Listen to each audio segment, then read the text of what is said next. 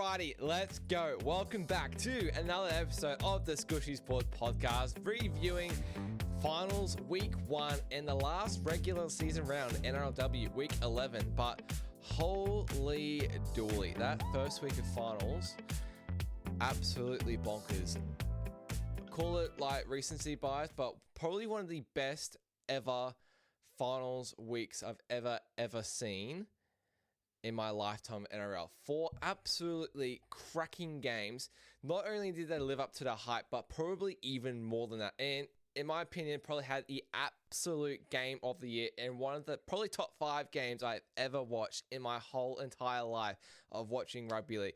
Just absolutely outstanding. Absolutely unreal weekend for footy.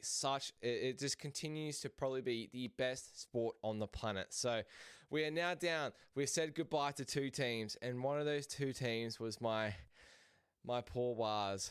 Said goodbye, said goodnight to my Wars until March next year. Absolutely gutted. I was absolutely devastated Saturday night. It is what it is. The Warriors and the Roosters, they have said goodbye to their seasons. They've packed their bags. They've gone home. Down to 6 teams now, and the 2 teams gone through to the preliminary finals in 2 weeks' time. The Storm getting the win over the Doggies and the Broncos. An absolute game of the year against the Raiders down in Canberra. And that leads us to our 2 semi-finals for this weekend. Kicking off Saturday night, 7:50. We've got the Raiders. They are hosting the Sharks off a 6-day turnaround. And the Sharks beating the Roosters on the weekend. And then Sunday afternoon semi-final. I don't think I've ever seen a Sunday afternoon semi-final for quite a long time. We're usually used to seeing the Friday night and the Saturday night for your 2 games. We've gone to the Sunday afternoon. I absolutely love it. Bit of twilight footy semi-finals. Doggies hosting the Panthers at Accor Stadium, 4 p.m. Tell you what, there's going to be an absolute blockbuster. It should be ANZ or Accor, host about 86,000 people. That's going to get close. It's going to get over 70,000. It's going to be an absolute raucous crowd. We know it's going to be about easily over 80% Doggies fans. They will absolutely turn up for the team. It's going to be one of the absolute games of the week for sure. Definitely a game to keep an eye on. And if it lives up to its hype, God knows what could happen. But we'll start with the first game of the week. And that was the Storm taking on the Doggies in the first qualifying final of the week. So Friday night, Bulldogs headed down to Storm. And you know what? Pre-game, you probably had that bit of a feel that the Doggies may have had a chance in this one. And they made a late switch. They brought Toby Sexton in. They dropped Reed Mahoney, which honestly, I don't mind. Like, if you're going to pay Reed Mahoney, you may as well start him. I don't get why he's probably there on the bench. I'm not sure what he quite provides off the bench, that sort of impact player, like compared to like your Bailey Haywood. I do believe that Reed Mahoney is more of a starting 9, especially in a finals game as well. Someone who's a bit nitty and gritty and get in their faces a bit. You either start Reed or you just don't play him at all. And I actually did not mind the late switch to Sexton as well. Carraz was also a late in as well, back from his foot injury. So Blake Wilson was a late out as well. And my God, what a game. The Doggies absolutely put up a fight here. Storm winning that one 26-18. And I'll start with the Doggies because it was all literally about the wounded dog in this game. And they copped so many injuries, left, right, and center. They're still copping injuries. And man, they put up a fight. They were so courageous. You can honestly not take away the effort they put into this game. Yeah, it's a finals game, but man, they were so close to winning that game despite all the setbacks they had during that game to overcome it and nearly pinch it down in Melbourne. Let's get into it. So, starting off the game, we obviously had Kick Out. He suffered an eye socket injury, fractured eye socket. He was off for about 15 or 20 minutes to start the game. 2 or 3 minutes in, straight off the bat, one of the best edge rowers in the game, one of the best Bulldogs' best players for the year, in my opinion, off after 2 minutes. Eye socket fractured. Gonski can only see out of one eye. He was able to come back on a little bit later, around the 20-minute mark. But again, off the back foot as well. Ali Katoa, 6-0 in, straight away, 3 minutes in, and you thought, oh, here we go. It's not the start that the Doggies needed. They probably needed. They're going to have that lack of finals experience compared to Melbourne, which we know have so much finals experience. You needed to start hot. And They copped an injury to Kickow. They were down 6-0. What happens next? Their captain, Stephen Crichton, one of the best finals players, one of the best origin players we have seen on the stage, does his ankle 12 minutes into the game, tries to walk it off, and he just can't. He goes off around the 17, 18 minute mark. Losing your captain is huge, and you losing your captain in a finals game is just, it's massive, especially down in Melbourne. What that meant though, it was almost like, not a dream come true story, but it almost became one of the stories of the week. And that's because Toby Sexton, off the bench, he came in, and what that meant, he came in straight into the halves, and that pushed Matt Burton into the centers. That also pushed Lockie Galvin into 6 as well, which I think is his better position. What happens, Sexton came on the 20th minute mark. It was 6-0 to the Storm. Sorry, 8-0 to the Storm, excuse me. 20 seconds later, ball goes to kick out, gets an offload to Sexton. He doesn't catch it, but it goes off his legs and manages to regather it, go around Nick Meaney, and goes in. Goes upstairs, try time, literally scores 20 seconds as soon as he gets on the field. Had a massive impact straight on as soon as he got on the field. And that, honestly, it was literally probably one of the stories of the game for the Bulldogs. And probably, it doesn't sum up their season, but like you look at where they were during the season, Toby Sexton and Matt Burton in the halves, top of the table after 11-12 round.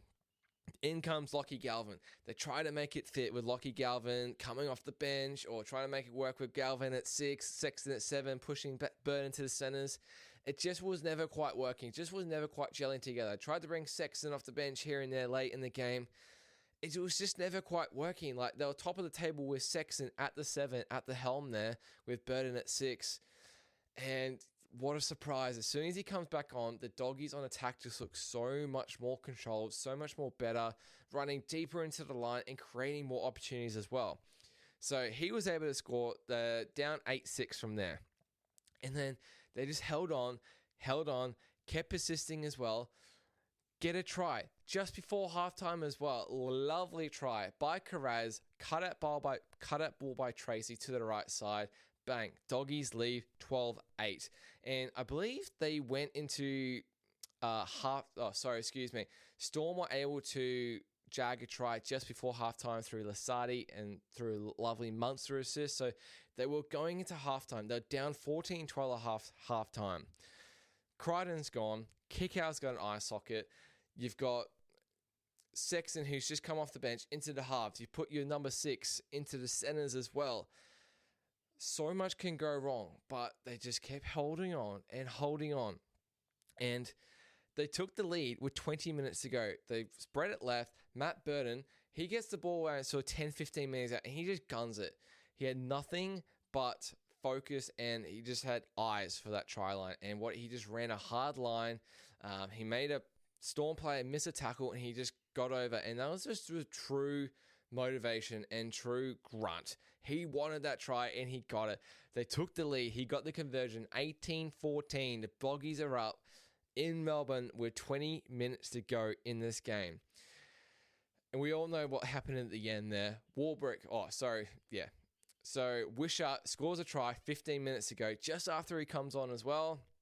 He had a huge impact on this game. So they're down 20-18. 15 minutes to go. They battled, tried to spread. They had a couple good chances, and then sort of 2-3 minutes left to go.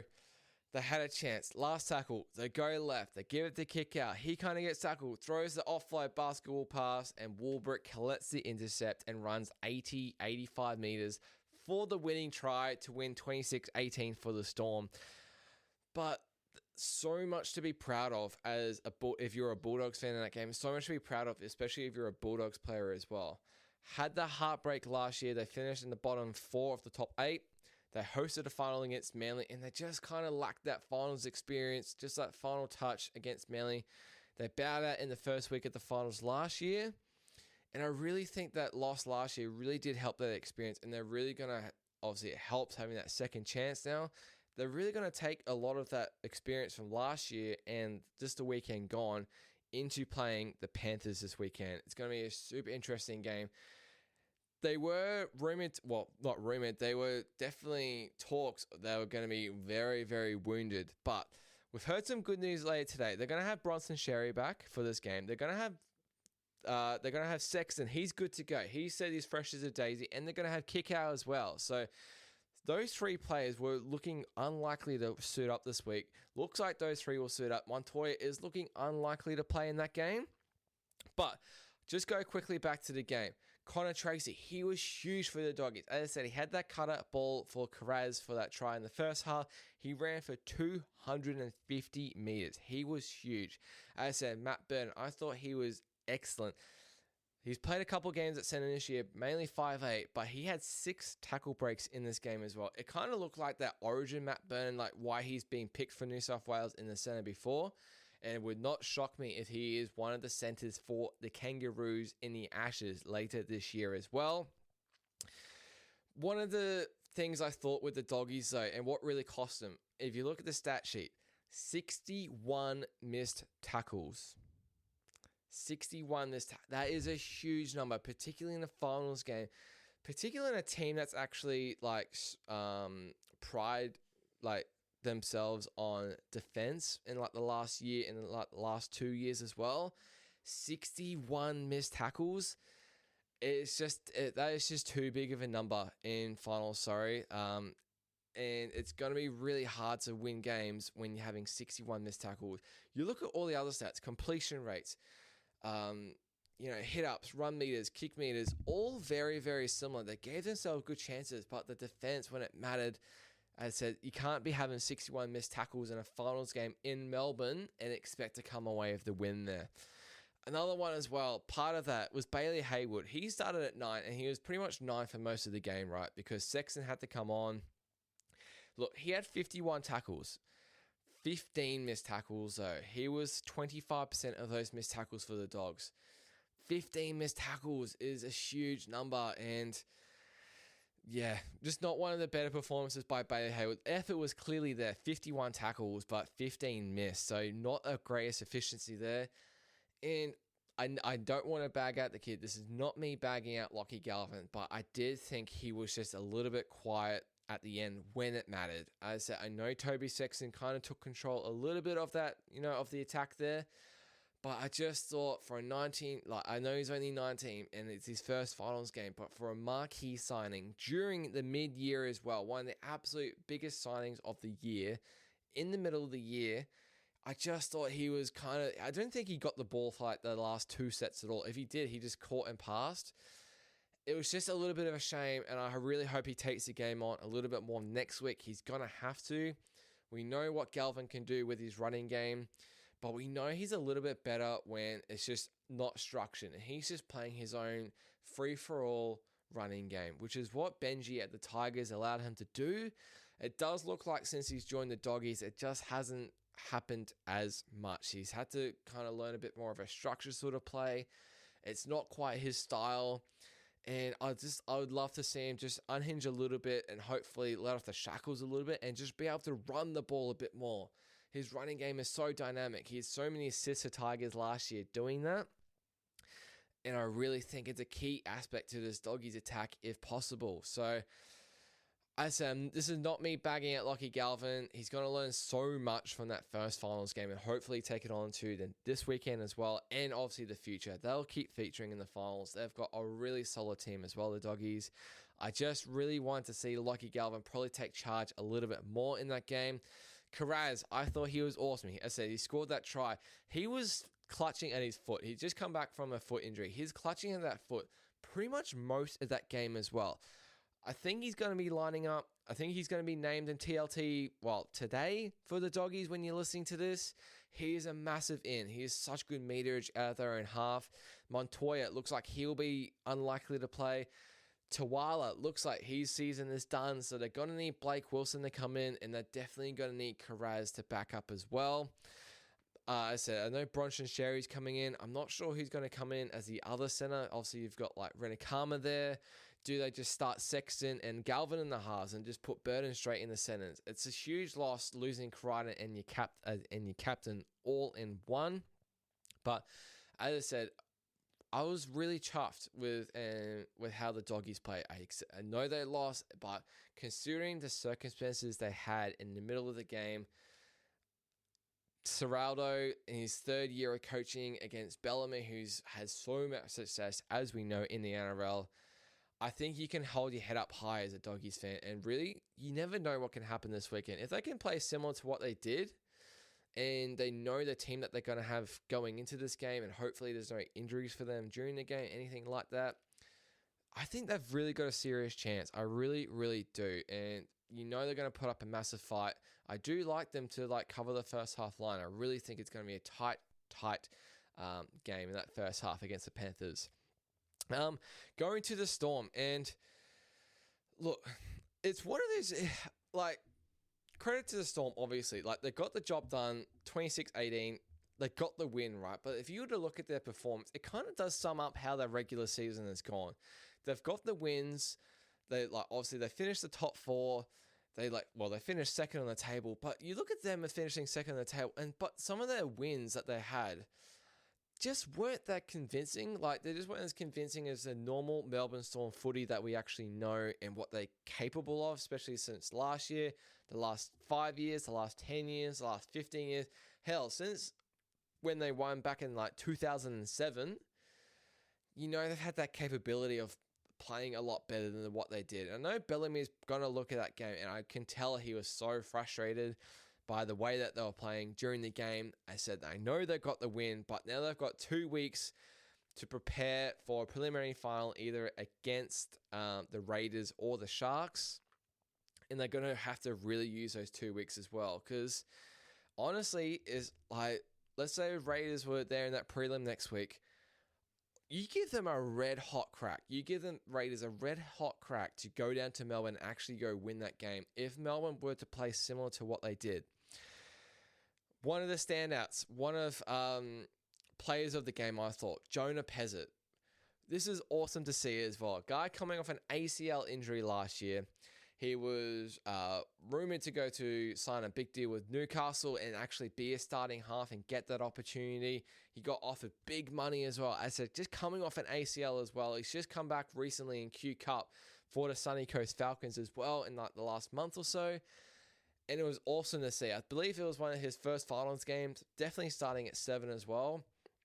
And they made that late change as well. They originally named Wishart at the 7 on TLT on last Tuesday. The late switch on, I believe it was either game day or the 24-hour mail, they brought in Jonah Pezzett to start and Wishart back to 14. I didn't mind that. Pezzett's definitely more of a traditional 7. And you look at the way, who's more of an impact player actually off the bench? Is it going to be Wishart, who can come out at 9 with a bit of speed? Or is it going to be Pezzett, who doesn't have a whole lot of finals experience? He doesn't probably have that speed or that impact that Wishart can do, that X factor off the bench. And I really like that move by Bellamy pre-game. Starting Pezzett, he kicked a 40-20 in the first half, which was huge. And he had that first assist to Katoa, which was unreal. And his kicking game was just really, really solid. I think he really controlled the game and took it on. And it was really good to see, especially coming off that ACL. And speaking of kicking games, just going back to the Doggies as well, a massive turning point in this game was actually Toby Sexton. He was on the left side. This is about I think it was about 15, 20 minutes to go. I think the Doggies had the lead at this time. Sexton on the left side gets the ball in the last tackle for a right footer. And that's not his preferred side, because you get tackled from your right side here, pushes you to the left, and are actually going to drag your kick. And that's exactly what happened out on the full. And that just kind of changed momentum a little bit for the Doggies there. And it's just one kick, and that's just one kick that went out of the full. But the kicking game is so important, especially in finals time. And speaking of kicking games, I'll talk about more that with a player in the next game. But it really did have quite a big impact on this game, I thought. I really did think it was a turning point in this game. Just gave the Melbourne Storm that little bit of momentum. That's when Wishart came on. That's actually when he scored, I believe. And that was off one of the better players of this game as well. And that was Stefano Utoikamanu as well.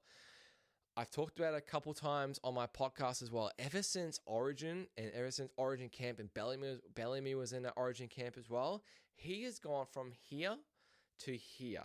like an amazing player to an elite, one of the elite forwards now. And this is his first year with the Storm, coming from the Tigers.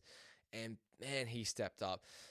He had 14 runs, 150 meters, 14 tackle breaks. 14 tackle breaks for a forward, especially in a finals game, is unbelievable. 25% of the Doggies' missed tackles were from Stefano Utoikamanu. Big one here as well. 34 tackles, 0 missed tackles. 100% efficiency in the middle there. We know what the Storm are like when they bring a forward on. It's not in their first year to excel them with their attack and get the offloads going. It's to nail their defense. And Stefano Utoikamanu having 0 missed tackles in the middle in a finals game is huge for the Storm. Probably something they missed a little bit last year as well. So huge props to Utoikamanu as well. Massive game. And I say he's been in cracking form ever since Origin, definitely Origin Game 3 as well. So massive shout out to Utoikamanu. And as I said before, Wishart, he was a little bit of an X-Factor player. Came on about 20 minutes to go. His try came off as an Utoikamanu run. Bit of an offload. Harry was there, ready for the offload, gets it to Wishart, and he's able to barge over through a couple Dogs players under the post. They took the lead 20-18 as there was about 15 minutes to go, and they were able to hold on for there, obviously getting the intercept at the end there, but huge shout out to Tara and Wishart as well. And one of the main things, this is where I'm going with the Storm as well. I just don't think they had their best game, in all honesty. And one of their main things and big talking points going into this game, it has to be Xavier Coates. He is such a weapon in the air. I've gone on about it before. He is one of the best players in the air when it comes to attacking. When the crossfield kick goes to him, it feels like there's a 9 out of 10 chance he's going to pluck out of the air and he's going to score. And watching this game, it just didn't feel like he got too many crossfield kicks going his way. Particularly with, I know Karaz was on that side, but Karaz had a foot injury. It's not like he can, jump off and spring off as much as he usually could. I really did think Coates still had that advantage. And I know that, Crichton was gone, not Crichton was gone on that right wing. Burnham was on the left. Obviously, Crichton on the right. And I really did think they just missed that Crichton going left to Coates in the midair. So we'll see what they do in 2 weeks. I think especially who's on the right wing for you're looking at Tamale on the right wing for someone like the Raiders, or Katoa at the moment on the right wing for the Sharks. I really think they should be taking advantage of that more. We've seen what he's like in the last month. He's been in absolutely insane form. I think he scored something like 9 tries in 4 or 5 games or something. Absolutely insane. So that was definitely one of my big notices that I did see, and something I think that Bellamy would probably be looking at the film and telling their players, look, why didn't we go to our usual weapon? What was happening? Munster, he was awesome as well. 10 tackle breaks from Munster. He was absolutely everywhere. He had an assist to Lasati just before halftime. He was a late in on the left center as well for the Storm. Joe Chan went back to the edge on the left because Sean Bloor is out at the moment. But yeah, overall, it was an awesome finals game to kick off the weekend. As I said, mad respect for the Doggies. They put in an absolute monumental effort to stay within that game. They were so close to pinching it as well. The scoreboard does not tell with that intercept at the end how close this game was. It was essentially a 1-score game for 75 minutes of the game. Hold your head up high, Doggies fans. They've got a couple injuries, a little bit. So you're missing your captain this week, but man, finals do funny things, and you just never know. If they can turn up on that day and really put in like they did last week, it could be we could be up for one of the big upsets of the year, knocking out the 4-time champs. All right, next game, my Warriors against the Panthers. Warriors going down 24-8 at Go Media Stadium Saturday afternoon. And look, I'll start with my Warriors, and it's bittersweet, right? I'm gutted. I was absolutely gutted when they lost. But when you look at how we went in Vegas to start the season, we lost by over 20 to the Raiders. We had lost AFB. We had lost Tohu Harris. We had lost Sean Johnson. I really can't complain. Like, I genuinely thought preseason we would finish bottom 4, and we were top 4 for over 20 rounds of the season pretty much. And I know we faltered a little bit at the end, but I really can't complain. I think we've got really something special going on at the Wars there.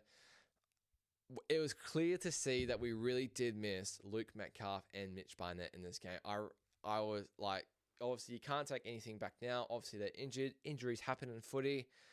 I would have loved to see this finals game with Metcalf at 7 and Mitch Barnett and Fish lining up in the front row. I just think it would have been a completely different game. We just missed that little bit of a spark and that bit of a finishing touch with Lukey's running game there. And the main thing was that really sort of definitely didn't decide the game, but I definitely think the first 10 minutes, we are absolutely hot on the Penrith line. We had about 6 sets in a row, I believe. We had a few line dropouts. Penrith had about 3 errors as well. It was raining at the start of the game. Edwards had a couple errors. We had to score in that first 10 minutes. We just had to score in the first 10 minutes. All that pressure we were putting on the Panthers, and we just had to capitalize. And when you play a team like the Penrith Panthers, the 4-time champs, you've got to take your chances when you get them. And 6 sets in a row on that line and not able to score, only get 2 points from a penalty. It was just, I was a little bit worried in the back of my head. When we had the wind as well in the first half, we just had to capitalize. If we were up 6-0 or 8-0, I feel it would have made a massive difference. And only being 2-0 after all of that, and yeah, the Panthers started to get a little bit into gear. I think they got 1 penalty, and then yeah, it was just always going to be hard from there. Bit of an interesting one from our back 5, something to look into in the off season. None of our back 5 eclipsed 200 meters. I think the most was Roger at 170. Thought CNK, like, we know what his potential of. We know he can easily go over 200. He didn't quite have the meterage there. Dallin, he just didn't quite feature as much as I'd like him to.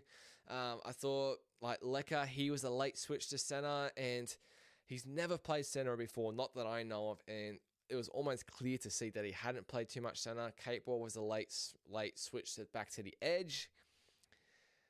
It was just, we just missed that little bit of meterage at the back. I know we had a few penalties to get taken out of our half, which was like, thank you. It was good to have.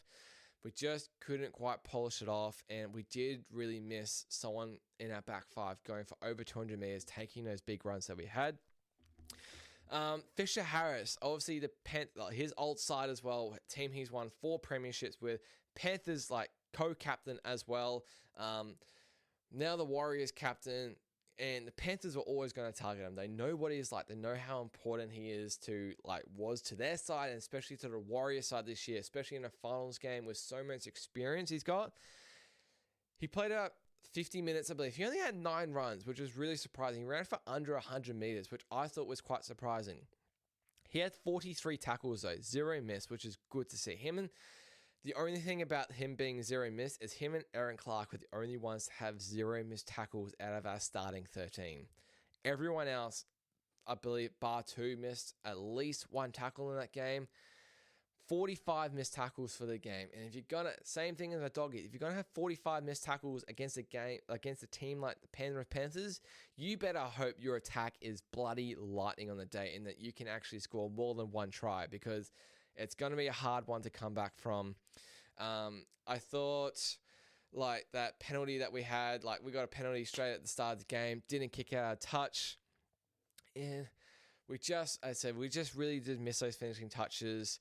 I thought, like, Tanner Boyd, Tanner Boyd's known for his kicking game, like his long kicking game, right? He kicked for like 180 meters. Chanel Harris-Tavita kicked for double the amount of meters that Tanner Boyd. Like, since when has Chanel been like our main kicker? When is he kicking double the amount of meters that our 7 kicks? It was just really odd to see, especially since Tanner's actually been a 7. He's actually led like a Titans team before. We know he's got a big boot on him. And for him to only kick 180 meters in that game, compared to what I saw Cleary do in that game, which I'll touch on in a little bit, it was the clear difference between those two 7s on the day. He obviously had that line break near the end of the first half, which didn't lead to a try, but it was good to see him running the ball. But yeah, and another one as well, which I thought was really weird. I'm not sure if he's carrying a niggle or not, but one of probably our best player this year was Aaron Clark, the best signing of the year in, I think, the whole of the NRL. He only played 34 minutes. And it felt like that second stint only happened because one of our, Wade Egan had to go off. So someone else had to go into the 9 position. I believe it was Tamara Martin. And that meant that, Sam Healy had to come on, and then that meant someone had to come on back on at lock. And Aaron Clark to only play 34 minutes. He still had 14 runs. He still ran for over 100 meters in that. But I just thought we needed one of those big Aaron Clark, 50, 60-minute performances. It was really strange. Tamara Martin came in at lock for a good 30, close to 40 minutes, I thought, which we hadn't seen him play lock this much at all this year. I thought it was quite strange to see him playing a lot of that game at 13 there. Jackson Ford, he was absolutely immense in the middle, starting forward for obviously Mitch Barnett. 61 tackles for Jackson Ford, only missed a few as well. Absolutely immense performance by Jackson Ford. He's been a bit up and down recently, and we know he's usually, a couple years ago, he's on the edge and he was running these mint lines, but we knew with the crash ball, he was definitely prone to dropping it quite a lot and had a few errors in his game. Does look like he's cleaned that up in the last couple months or so. It was really good to see since Barnett got injured. He's really stepped up into that starting role. And of course, that Leka Halasima try. What an absolute weapon he is. He's going to be an absolute star of the future for the Warriors. He's going to be such a building block, such an immense part of this Warriors team in the future if we are to potentially win a premiership, but we are to continue finishing top 4. He's got to be starting in the future with someone like a Munga, that sort of thing. He's such a talent. As soon as he gets him early ball, and he just barges through.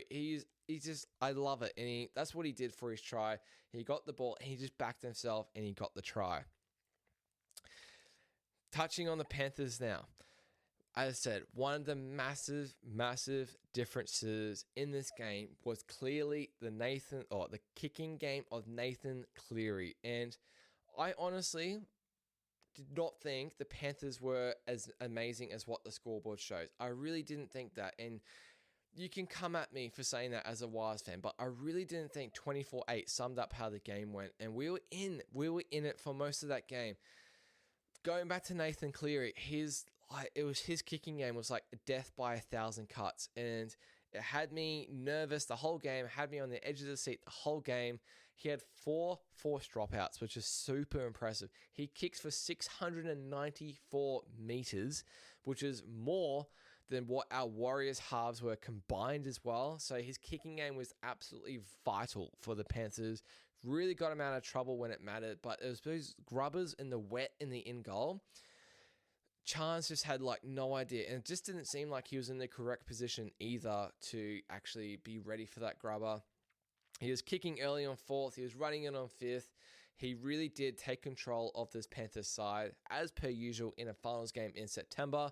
But his kicking game is clearly the best in the world.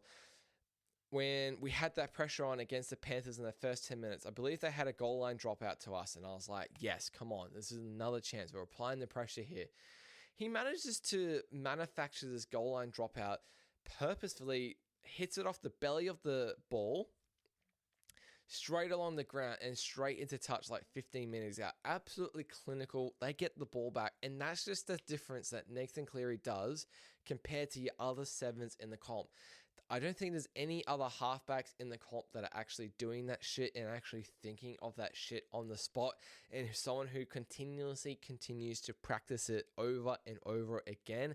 And it clearly pays off. He was absolutely immense for the Panthers. I just thought he absolutely torched us with his kicking game. Bizza, 245 meters. He was absolutely unreal. Big shout out, Paul Alamotti. He's started the season, we talked about last week in Vegas, dropped off a little bit, been playing New South Wales Cup. He's just come back in the last month or so. He's been in cracking form, taking advantage of the second chance he's got.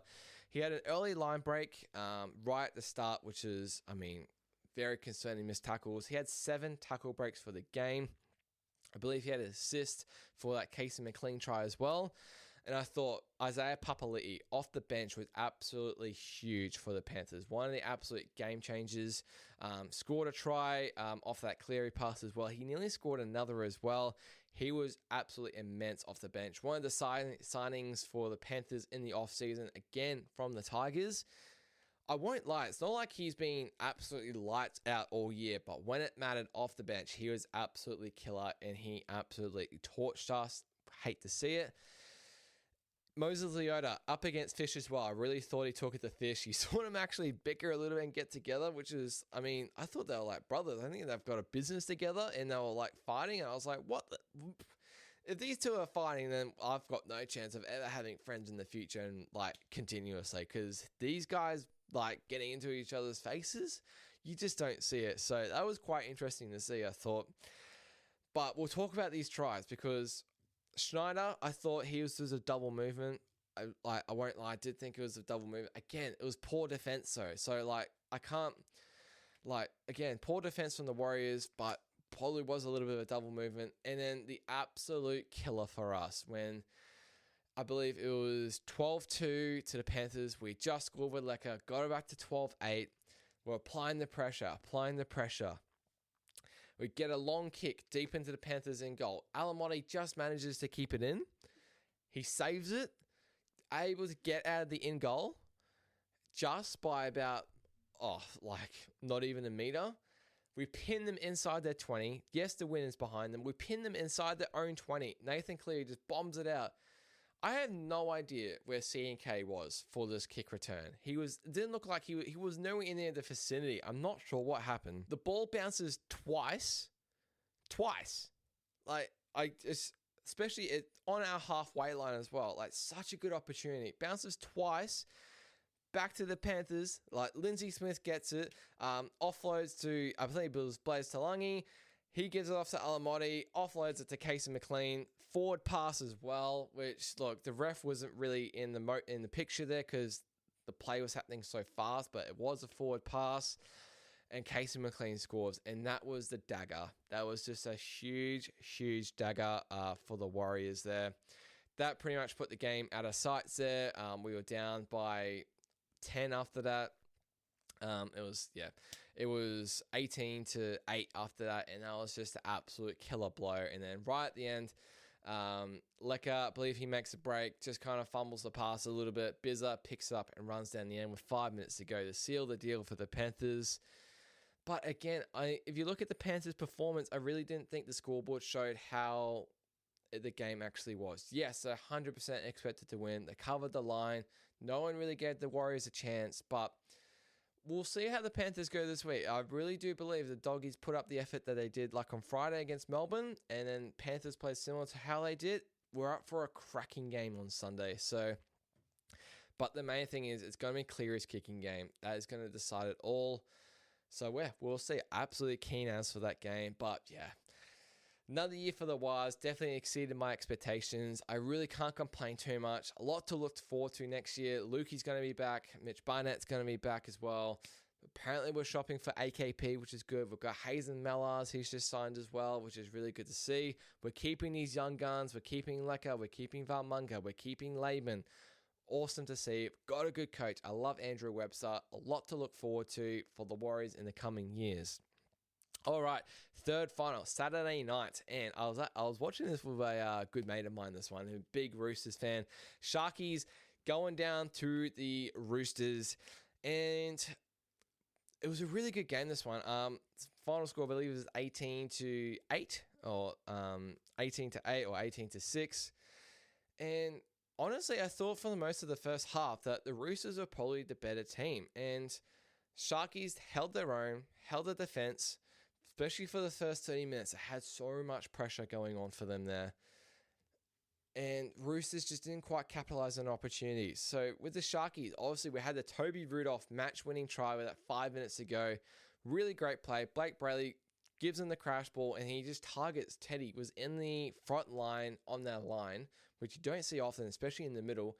He just targeted Tedesco right for that As soon as he got the ball, barged over him. He was able to get his first try of the season, and it's a match-winning try in an elimination final in Cronulla, in your home stadium, to win the game against the Roosters. Absolute scenes there. And if there was one player for the Sharkies that the Roosters did not want them to get momentum or get the energy, it was Ronaldo Mulitalo. We know this guy is the absolute heart of the Cronulla Sharks. He provides so much energy for the Sharkies team on attack and defense as well.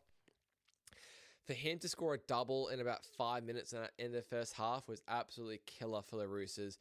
That gained so much momentum for the Sharkies there. And that was just all based as the Sharkies really holding their own in defense. And they just capitalized on the opportunities when they got. And that was all down to Trindle as well. I really thought Trindle controlled this game really well.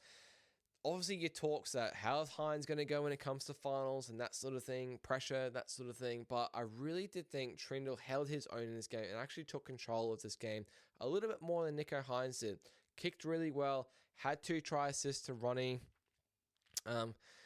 It was just really impressive to see. And as I said, the defense was epic as well. Held the Roosters to 2 tries for the whole game. So they had 1 try to Marky Mark, and then they had their second try in the second half to Angus Crichton. Big player as well, along with Toby Rudolph coming off the bench. But this guy, Adam Fanua-Blake, their marquee signing in the offseason, coming from the Warriors, 13 runs, 140 meters, 68 post-contact meters. They were tough runs. His second stint was huge for the Sharks. That first, they were leading at halftime, 12-4, right? That second half, for the first 20 minutes of that second half, they could not get out of their own 30 meters. They could not even get past halfway whatsoever. The Roosters had all the territory, all the possession. They were starting sets inside the Sharks' half. They just could not capitalize, and that was absolute credit to the Sharkies there. Their back five went all over for 100 meters. Adam Fanua-Blake, once he came on that last 20 minutes, had such an impact on their go forward. He was a huge part of the Sharkies win. And if they can able to take that to the Raiders this week, they'll be there's a huge chance they'll be absolutely licking their lips at the fact that the Raiders has just played 95 minutes in a footy game to lose in a heartbreaking fashion as well. And all the pressure was on the Roosters this game. None of this was on the Sharks. Everyone expected the Roosters are the better team. Even they were favourites in Shark Park to go win this game. It was 5th versus 8th, and the Roosters were favourites. But I do believe a massive reason for this win for the Sharks was their win last year in the finals. Getting that monkey off the back was huge for Hines, huge for Trindle, and just huge overall for the Sharkies team. They've had that finals win last year. They've now had one now. Can they go one more? They were actually my preseason pick to actually win the whole comp against the Storm in the grand final. Don't think they're going to make the grand final this year, but bloody hell, they've got a stacked team, and there's actually no reason why they can't go that distance. They've just got to keep up the consistency, show that little bit of grunt, which they've missed a bit this year, but they showed it this game, and they pulled away with the win. Very, very deserved in the end. Going on to the Roosters, and as I said, I really thought they're probably the better team in that first half, and they had a lot more ball. They just could not capitalize on the opportunities, and I thought Billy Smith, he was quite poor in this game. One of the big talking points was obviously Nwanganitawase against Mulitalo, especially in the air. Nwanganitawase was able to score a freak. This guy's a freak. A freak try in the corner. It looked like he was 1-on-2. Had no right to score, and he was able to sort of goose step a little bit, step to the right, and just able to sort of push off and just dive in the corner, able to get the ball down. He's an absolute freak. He knows how to score a try. He always knows where his body is, and it's just insane for how big his build is and how athletic he is. He had 14 tackle breaks this game, Marky Mark, as well. 14 tackle breaks. For a finals game, absolutely insane. 14 tackle breaks. I think he has to be featured in this Kangaroos tour in the Ashes. He was absolutely insane. Probably the best on field for the Roosters, in my opinion. Another one, I just thought, as I said, going on from Nwanganitawase against Mulitalo, I was talking to my mate and I said, you know what, all this hype of those two pre-game, Daniel Tupou is your best ever try scorer for the Roosters that you got at the moment. him against Katoa maybe seems like a little bit of a mismatch in the air. I just really felt like Daniel Tupou just did not get really that good ball and attack. They just weren't really going left. They seemed so focused, lasered on going right all the time. Last tackle, kick it to mark. And it just wasn't happening. Ronaldo was able to shut it down really well. Didn't really give Mark a chance. I just thought they had to give Tupou a little bit more ball to that left and just give him a chance in the air. He's your best try scorer that you've got on your team. I know Marky Mark is the top try scorer this season, but you're talking about a guy that's scored well over 150 tries for the Roosters, and he's been in unreal form still this year. Super consistent. I just thought he just didn't get as much ball as he should have, and I think it would have made a bit of a difference. They seem so focused on going right all game. And guess what? As soon as they went left to start the second half, Sammy Walker puts a kick in for Angus Crichton, bang, they score. Speaking of Angus Crichton, probably one of his better games this year. He had an awesome year last year. Wally Lewis medal last year, player of the series in his comeback year. I think he's been a little bit quieter this year. He's had a couple of good games, but I definitely thought this was one of his better games this season for sure. As I said, he was able to score that try, and I thought he had some really big runs as well. Really just ran hard in this game.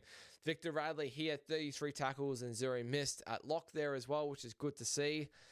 But yeah, I don't know, just one of those things for the Roosters. I really didn't think, if they just changed their tactics a little bit, they probably should have won this game.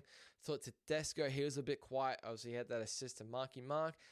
I still just thought he was a little bit on the quieter side. I thought the Sharkies really shut him down really well. And as I said, Sammy Walker, I just thought he was a little bit quiet as well. We know what his running game is like and how exotic in that X factor he can provide for the Roosters on attack. It just didn't look like he got quite out of the blocks. He didn't play finals last year. Obviously, he's been injured. And maybe he just lacked that little bit of finals experience. So Sammy Walker, he's going to have a fresh year next year. He's not going to be coming into the year in the mid-year off an injury. He's going to have a full preseason, hopefully no setbacks whatsoever.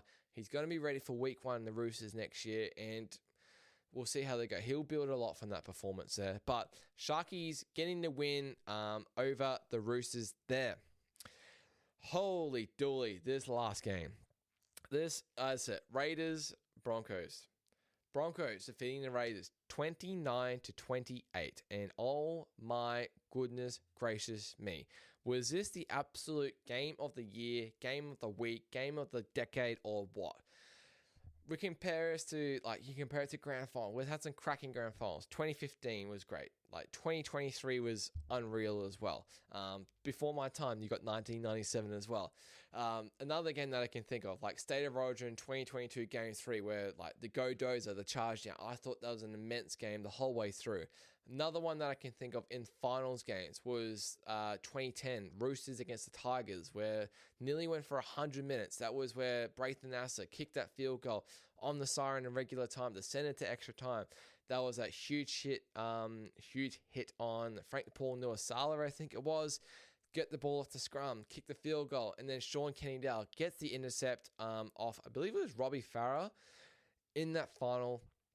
Runs down and scores in the corner to put the Roosters through to the next round. That was one of the best games I've seen in my lifetime as well. I was 10 years old for that game. Fucking 10 years old. Absolutely crazy. But this just seemed to have every single aspect of rugby league game that we absolutely love. It had a sellout crowd. You had the minor premiers coming up against a hot running team in the Broncos. They had not lost since Anna Reynolds and Ezra Mann went down injured against Melbourne. I think they had won 5 in a row without Anna Reynolds and Ezra Mann at halves. They literally had Billy Walters and Ben Hunt in their halves. But the star of the show, Reece Walsh. This guy is absolutely taking it to another level in the last month for the Broncos. We know how good this kid is. We know how talented he is. And he's had a couple off games this year, 100%. Maybe trying a bit too hard, or he's always tried to do too much in the one play and cause an error. Absolutely on fire this game. He clearly led this team from start to finish. Obviously had that sin bin there. Looks like he's going to get away with just a fine in that game, from that game as well, for flipping the bird and also the headbutt. But he had a 40-20 to start the game, 3 minutes in, after they were already 6-0 up. So Stags, they had an error off Starling pretty much in their first set, the Raiders. They were able to score off Stags as well in that pretty much the first set the Broncos had. He actually came in the middle to get the ball and run. And that was just all heart, that run. He just barged over these guys, ran over Hosking, he ran over Fogarty as well. Super impressed. He had 12 tackle breaks for the whole game, Stags. He was absolutely immense. But as I said, Reece Lightning was the absolute star of the show. He had a 40-20 in the first 5 minutes of this game. He had a 40-20 in the last 10 minutes of this game as well when it really mattered. He had a try himself. He absolutely blitzed through the line, ran around KO Wicks as well, who is not a slow player, but absolutely blitzed him. 2 with try assists as well. 1 was to Karapani. And 8 tackle breaks as well. He is absolutely everywhere. He had a 2-point field goal come off the crossbar to tie the game. He shot the 2-point field goal to try and tie the game on the siren. Hosking takes his leg out. He kicks, obviously, the penalty to take it to extra time. Crazy. Unreal. He obviously had that sin bin, but as soon as he came back from that sin bin, honestly, that last 20 minutes reminded me of Nathan Cleary in that 2023 Grand Final. This absolutely took over. Very, very similar. He scored a try. He had an assist in there, and he had a 40-20 in there, and he nearly kicked the winning field goal as well. Absolutely crazy. So, as I said, it looks like Walsh will be available for the preliminary final either against the Bulldogs or the Panthers in 2 weeks, just escaping a fine of $3,000. But does look like they're going to be carrying it's a bit up and down, right? So looks like Carrigan, he's going to be suspended for the prelim. Huge loss, losing their captain. Walters, he's gone for the season. He's done an ACL. Does look like Adam Reynolds, he's a really good chance of being back for the prelim.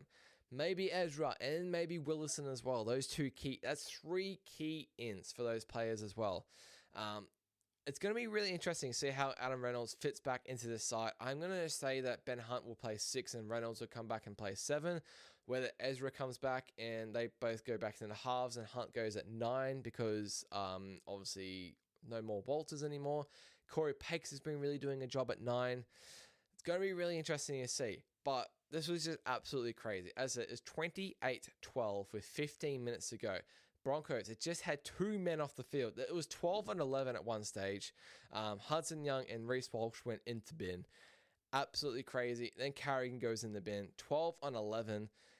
Gets back to 13-13. 13 or 15 minutes to go. And crazy. 28-12. Tries by Walsh, as I said. Tries by Dean Mariner. And then Shibasaki as well at the end there with 5 minutes to go to get it back to a 2-point deficit.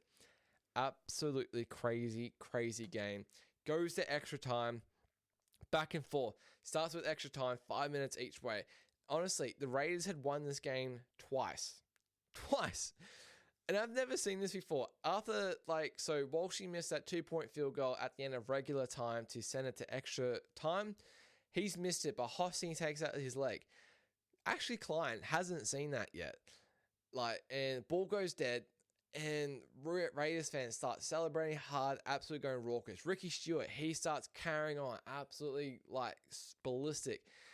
Ashley Klein absolutely blows the whistle for full time. I heard it. And then 10 seconds later, he sends it to the bunker to get reviewed. I've never seen anything like that where a footy game is called full time and then something else happens, like they send it to a bunker. I've never ever seen it in my life. It was just one of those games, resulted in the game going to extra time. And then the Raiders, again, send the bomb up. Jed Stewart gets it off Dean Mariner, deflects it to Jamal Fogarty, I believe, or someone was in there, pass it to Fogarty. Fogarty under the sticks, bang, Raiders start celebrating again. The match-winning try, that was in the golden point part of it, 32-28. Goes up to the bunker. Jed Stewart apparently knocks it forward. Harsh call, I thought, in my opinion, was very, very close. And then Benny Hunt, next set, goes down as soon as he kicks it as well. Puts his hands up in the air.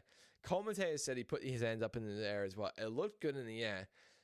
Walshy, before he even hits the post, starts putting his hands up in the air. So does Carrigan. Off the post and over the sticks. Absolutely crazy scenes. Broncos getting the win 29-28. As I said, one of the absolute games of the season. Game of the year. One of the best games of footy I've ever watched. 95 minutes of rugby league.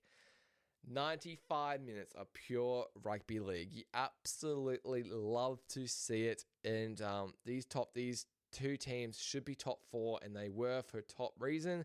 Broncos now host a preliminary final at Suncorp in 2 weeks at their Fortress against the Panthers or the Bulldogs. They're going to be hard to beat. And all credit to Madge as well. He went absolute ballistic at the end. What he's done for this Broncos team this year, in his first year, the culture he's brought in and changed is absolutely immense. He's clearly brought this resilience to this Broncos team where they were down and out. They're absolutely down and out. Down 28-12. Just got back to 13-13. Down in Canberra, all odds against them, and they show the resilience to come back and get it back to 28-all and then win in Golden Point. All credit to the Broncos there for that performance. Absolutely insane. Going on to the Raiders, as I said, they're leading 28-12. One of the big turning points I thought was the misconversion by Fogarty after the Ethan Strange try. A relatively easy conversion would have put them up 30-12. That would have meant Broncos had to get 3 converted tries. Instead, they just had to get 16 points. They actually scored 3 tries, and Walshy missed 2 of those kicks as well. So that misconversion was super costly in the end for the Raiders. I thought Fogarty, I did think in the first half he was awesome. He had 2 assists off the boot as well. One to Seb Chris, one to Hudson Young. Thought Hudson Young was pretty good this game, like on attack as well. 180 meters ran, I believe. He did obviously get binned on whatever that little scuffle with Walsh. Really odd to see as well was 10 missed tackles for Hudson Young. And not just 10 missed tackles for Hudson Young. This whole Raiders team, yes, it was 95 minutes, but 67 missed tackles. And I get it was 95 minutes of NRL, and they would have been gassed at the end. But 67 missed tackles from one of the best defensive teams in the comp this year. Where did their defense go in that last 15 minutes? It just absolutely disappeared. And the Broncos, it looked like they were running downhill. It looked like they had the bloody speed boosters on. It looked like Sonic and bloody Fireball, or Knuckles were just not Fireball, and Knuckles were just running down the field. It was absolutely crazy to see. I could not believe the Raiders missed 67 tackles. Hudson Young missed 10. Matt Timoko missed 9. He got absolutely shredded. He also got shredded a few weeks ago against the Panthers when he was coming up against Casey McLean. That's really worrying signs, especially for this weekend. 6-day turnaround now against the Sharkies, who have more rest, and they've played 15 minutes less of rugby league in a finals game. KO Weeks, I thought he's one of the best young talents that we've got in the comp at the moment. He scored a blistering double. That first try, he just absolutely picked apart the defense and straight through.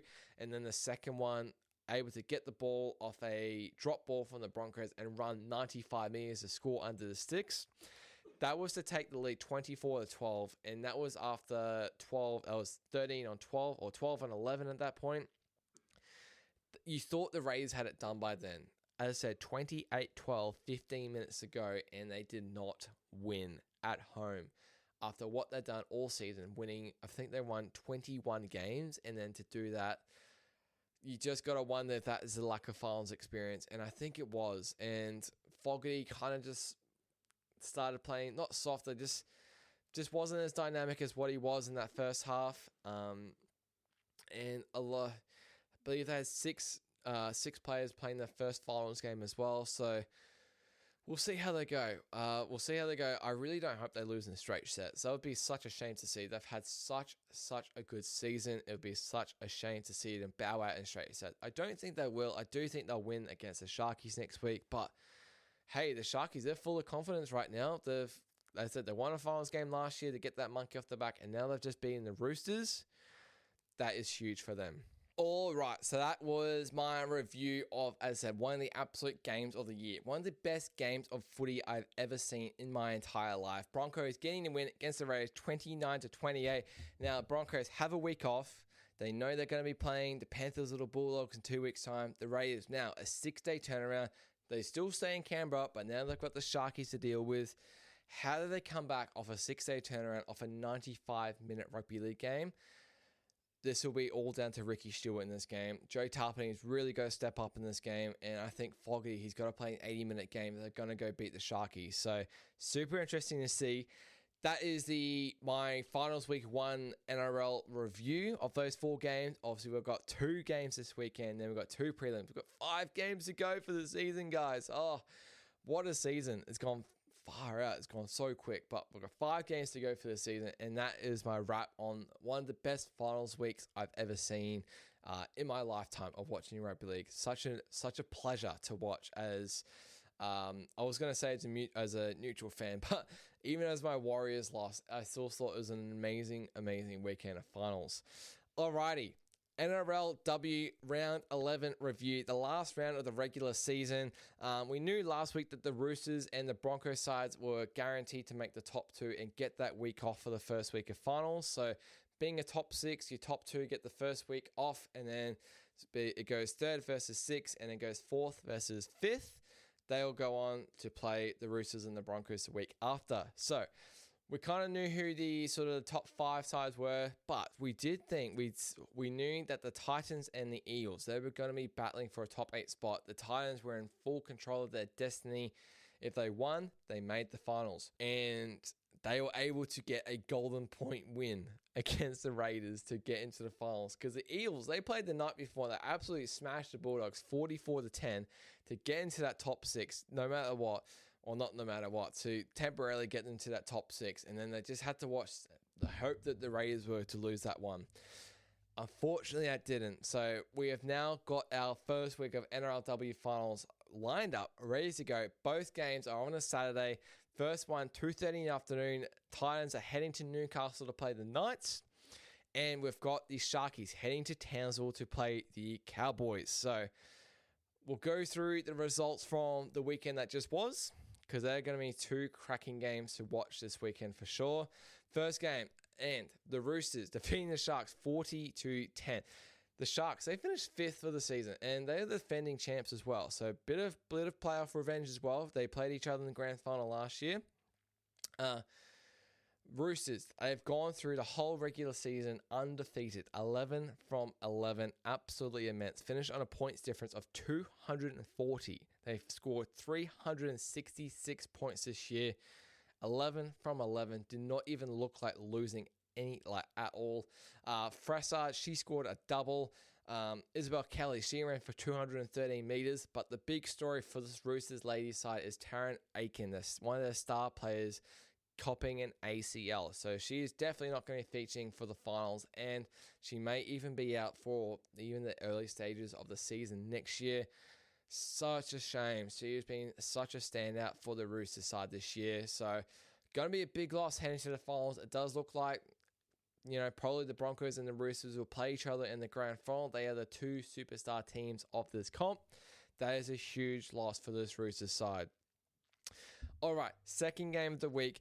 As I said, we talked about Eels. Sorry, I said 44-10 before. No, I got that wrong. 46-14 it was against the Doggies. And honestly, the Doggies were in this for the first half. I believe they're actually leading for a little bit. And then there was a late try just before the end of the first half to the Eels. Just meant they had a little bit of an edge. I think they were leading 14-10 at halftime or something. And start the second half, they just absolutely pounded the Doggies in that one to make sure that they were definitely going to get in that top 6 temporarily. Shout out to Takarangi. She scored a double, which is good to see, but absolutely spanked the Doggies. They just 46-14. The inaugural season for the Doggies, finishing 9th on the table, 3 wins, 1 draw, and 7 losses. Third game of the week, and this is, as we know, Roosters went undefeated. The Broncos, they finished their season 10-1. That one loss being against the Roosters. They beat their crosstown Queensland Derby rivals, the Cowboys, 50 points to 4. And the Cowboys are no slouch. They literally finished top 4, and the only reason they finished 4th is because of that points difference at the end there from that loss and then the Knights win against the Dragons. So they literally had a chance to finish 3rd. They just didn't get smashed as hard as they did. But again, the absolute star of the show. She was my player of the week a couple weeks ago. I honestly could make her my player of the week every bloody week for Women's Player of the Week. She is just outstanding. Tamika Upton, the best player in the game, scored another hat-trick. She scored 18 tries for the year in 11 games. And you might be thinking, holy shit, 18 tries. That's bloody impressive in 11 games. That's like close to 2 a game, like 22 for the year would be 2 a game. So over 1.5 tries a game. And you think, wow, that's awesome for a fullback. 14 try assists to go along with that, so over 1 a game there. 17 line break assists as well.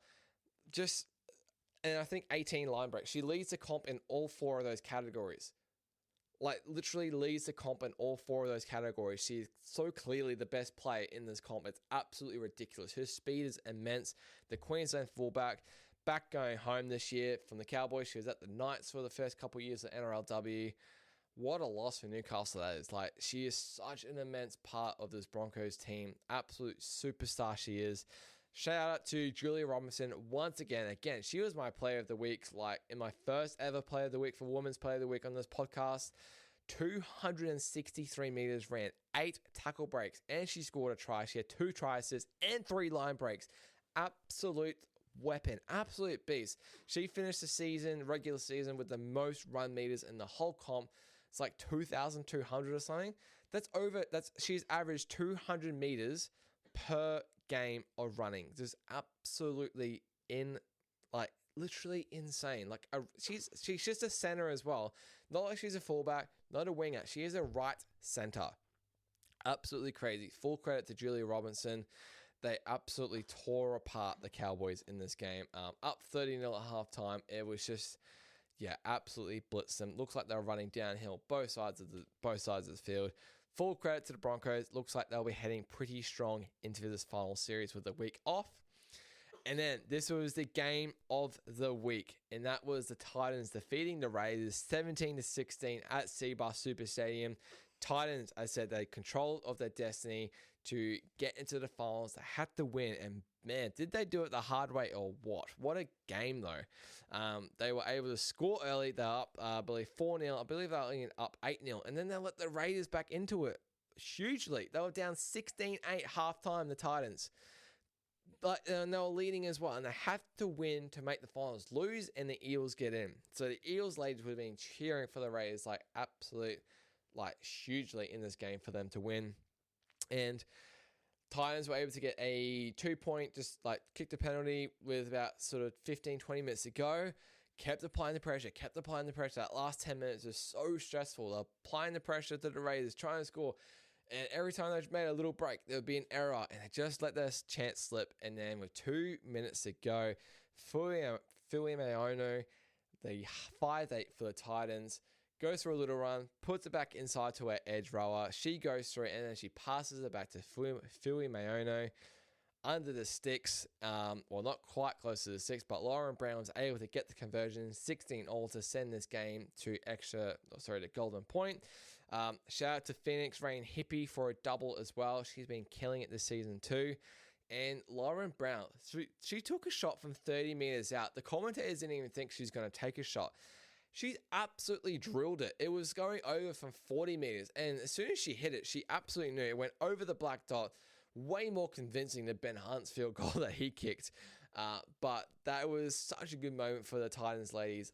As I've gone on a little bit about Gold Coast sport, it's so good to see the Suns get into the finals, and it's so good to see the Titans ladies get into the finals. I really do hope they can make a fist of it and actually see what they can do against this Knights team down in Newcastle. The sky's the limit. Absolutely go for it. 2 games to go to finish off the regular season for NRLW, and it was my New Zealand Warriors Wahine getting the win 44-6 against the Wooden Spoon Tigers. And holy crap, did they put the pedal down and really enjoy their last game of the getting back into the NRLW. No, they didn't make the top 6, unfortunately. They finished 8th for the year, 4 wins and 7 losses. Just had a few losses in a row to finish off the year, which is such a shame, but a lot to build on. Shout out to Albert Jones, our lock. She scored a double in the first half, which is awesome to see. Absolutely, I think it was 24-6 at halftime. It was 24-0. And then in the second half, my girl, Peyton Takimawana, getting a double. She just scores it seems like every single week, and she scored in 9 out of 11 games this season. 9 out of 11 games. There's 2 games where she hasn't scored. 15 tries for the season, the second most tries for the season in the comp, behind Tamika Upton. She's just 21 years old as well. Such a talent for this Wahine team, mainly playing on the wing. She played center in this game. She scored a double in the second half. What a talent. Knows how to score a try. Was awesome to see Maya Wahine get up 44-6 and finish off the regular season in style. Lot to build on for next year. Go the Waz. And the last game of the regular season, we had the Knights defeating the Dragons 30-22 in this game. Massive shout out to Keely Simpson on debut on the wing in the second half. Scored a hat-trick on debut in the second half. 3 tries in 35 minutes. You bloody love to see it. Such a feel-good story. Knights were actually down 16-8 to this Dragons team. This Dragons team, I believe they finished 10th for the year. Not one of their strongest seasons. Not going to make the top. Like they weren't making finals. Knights, they were literally third. They were like a top 4 side. Oh, sorry, they were fourth, a top 4 side still. And absolutely flat. I mean, they scored the first try, and then they just went completely flat after that. They were down 16 at halftime, as I said. Was it 16-8 or maybe it was like 14, like 16-4 or something, or 16-6. Able to come back, go bang, bang, bang with some tries. Jessie Southwell, she kicked to 40-30.